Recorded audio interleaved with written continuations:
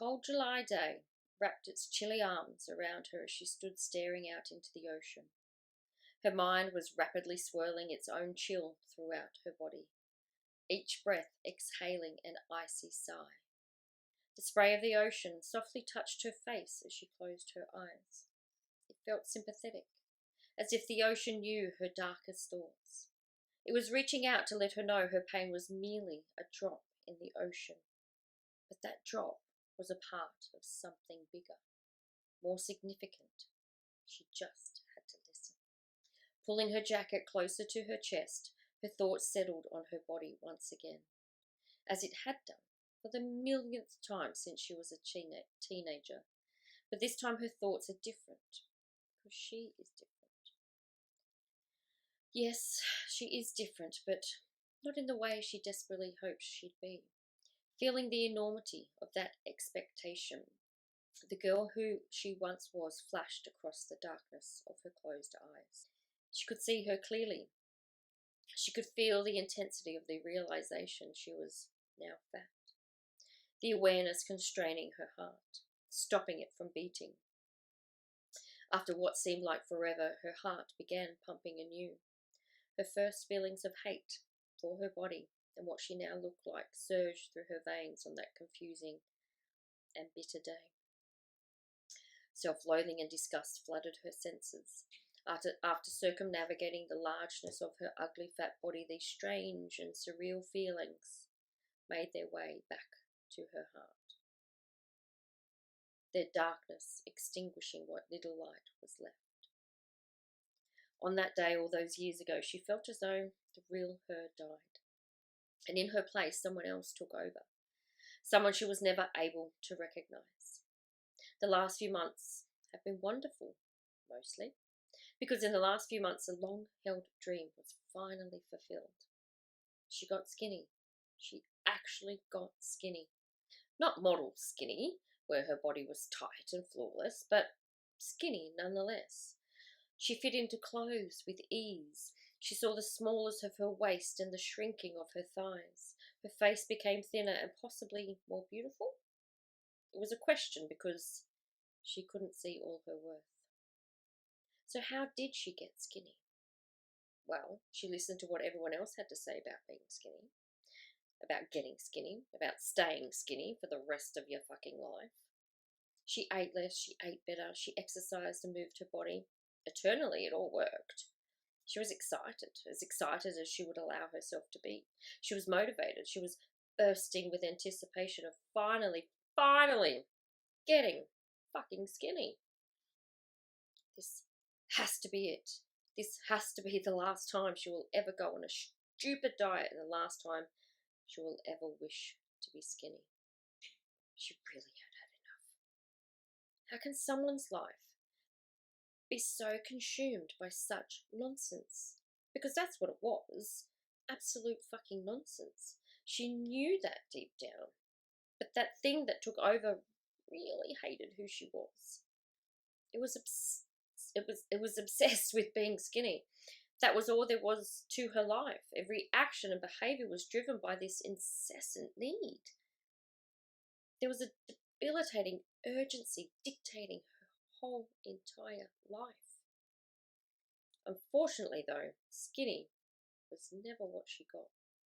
And there's a reason for that. Along with that urgency, there was a lack of love. Love trumps everything, especially when there is none. Missing love will never allow for what you truly want. And when that want is superficial and intrusive, it ain't gonna happen. And now on that cold, wet sand, she looked down at her skinny body. Something wasn't quite right. Something was off. This wasn't how she imagined it to be. As a sad and lonely teenage girl sitting in her room, her imagination dreamt up a different life. A life where she was skinny, yes, but also free from her torment, free from the pain, free from every single mean and nasty thought that ravaged her mind. It's all still there. Inside her is a hole she has never been able to fill. Not with food, not with drink, not with men, not with friends, not with anything. That hole has stayed with her even in the time she thought she was finally happy. That she must have found that one thing to fill it in. It would always cave in, though, and empty out. Taking a shaky breath in, she held it for a moment. Everything suspended in that breath. Her inner turmoil slowed down. Her pain eased ever so slightly, and she remembered back to that moment not all that long ago when she was bursting with anticipation. She's been here before, many times. A recollection of understanding, a knowing, a reminder of who she truly is and what she is truly capable of. All of that comes to her in her dreams, in her memories, and in her contemplations. It begs for revival. She doesn't listen. The only words she can focus on are those of her artificial self. Her words are blaring and dominant. They snap her head back in the direction of hate and self-loathing. Letting the air out of her lungs feels warm. The warmth spread from her lungs to her heart, down into her legs and back up to expand throughout her face and neck. Closing her eyes again, she now sees more clearly. The woman she has become was a woman she was always meant to be. Fat, hateful, self-loathing. All of it. She wonders if she chose this path for herself. Somewhere out in the cosmos, was there a plan she was unaware of? Did this plan really involve so much heartache and pain? It was an out there thought, a fuzzy and clueless idea of what the bigger picture of her life could possibly be. Yet something felt right. A teeny tiny illusion floating in the back of her mind. She's noticed this illusion a few times in the months now past since her body began to shrink and her thoughts moved towards greener pastures, as if a takeover was silently happening in the background. She sensed its appearance, but her attention was solely on her body, ridding itself of years and years of disgusting fat. Yes, she was meant to live this life. But why? What was the purpose? What was the real reason she gave up on herself, on her life? Right then the ocean swept its freezing water up and over her feet. As the water receded and her heels sunk down into the sand, her whole body seized. It wasn't the cold water that had her frozen in time. It was the voice speaking to her, loud and clear, as if the ocean brought her the exact words she needed to hear. And she listened, because ignoring these words meant missing something truly important. Many times before, she chose to hear the words of her hurt and her hate. These words were now full of love. Everything you feel and everything you believe is not of your making. They were burdened to you by others. You took them as your own. Yes, your pain is real. Your hurt is real. They are your teachers. They are your lessons. These burdens are your lessons.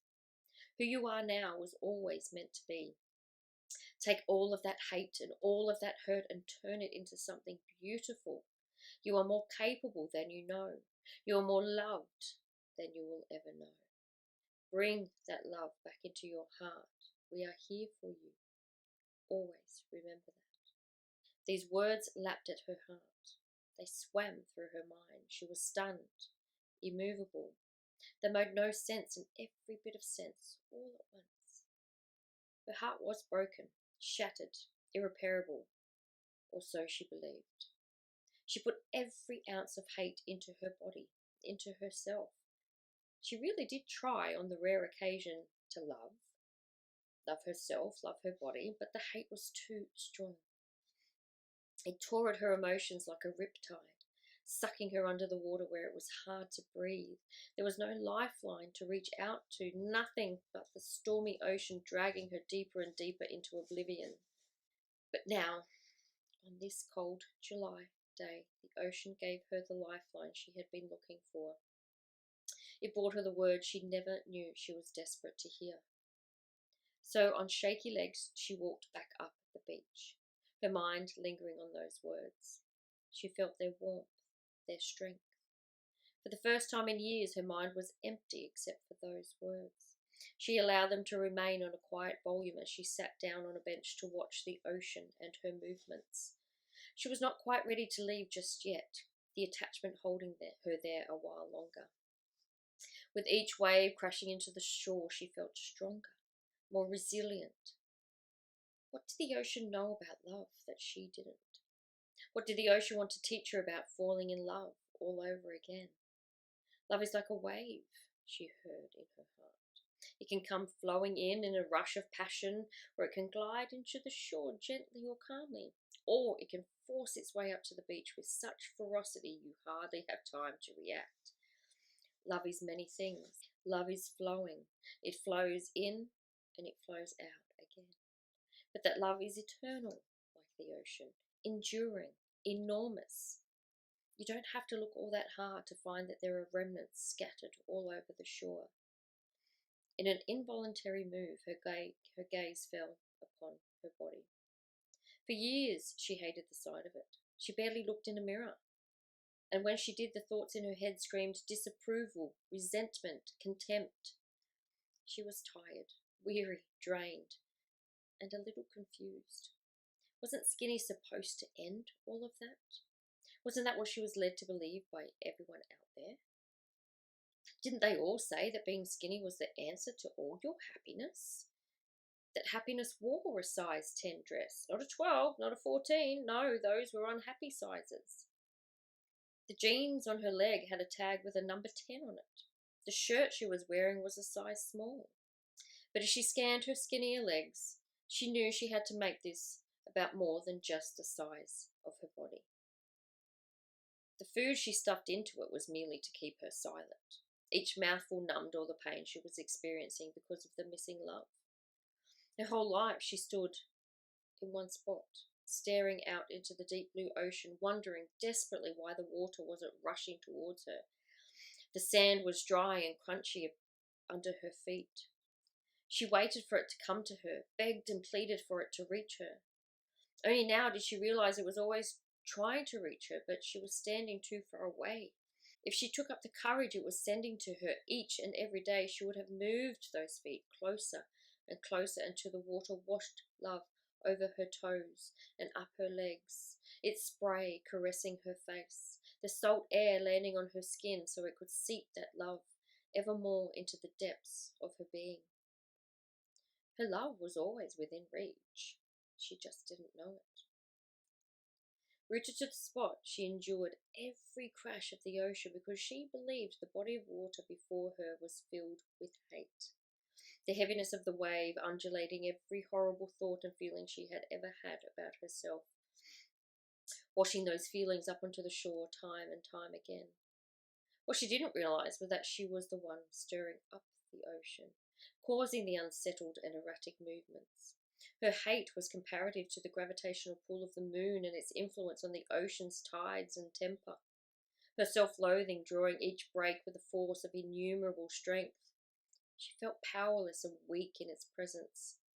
Yet now this weakness was washing away with the tide. Her focus has been all wrong. She decided so very long ago that this was all she was and all she was ever going to be. So she couldn't see beyond her safe and secure spot on the sand. There was hope floating inside of her on the day she figured out her love was more than just about being skinny. But the good thoughts were invariably swallowed up by her made-up ocean. And this is what kept her rooted to the sand, her footprints carving out a place she didn't know how to free herself from. I'll start again, she reasoned with herself. However many times I have to start again, at least I will be that little bit further along. I've been here before, full of hope and excitement, eager to feel good. As long as I always end up back here instead of the darkness I create for myself, I can do it. I can love myself and my body. But how? How do I do that when I've tried a million times before and failed? I've seen how my life can be without all of the hate and without all of the hurt. I know I deserve to be loved. I know I am worthy of bringing that to myself. How can I feel it? How can I feel something I no longer recognize? In that moment, the words from earlier rang in her ears. We are here for you. Who was this we? Why do they seem so familiar? Rising up from her place on the bench, she gave the ocean one last consideration. Her eyes scanned the vastness of the water as she said a prayer to the horizon. Please help me. Please help me find my love again. Please help me understand where I fit into the greatness of this earth. I can feel there is more to me than what I pretend to know. Who am I? Who are you? Who are we together? I begin again from where I stand. Hold my hand as I walk along the shore searching for my love. Thank you for your words. I will cherish them and hold them in my heart, hoping they will warm it once again. And with that, a sudden rush of heat spread throughout her chest. She knew the pain she held onto would eventually disappear, and in its place love would once again reside, not only in her heart, but in her mind and in every part of her body. She simply has to listen.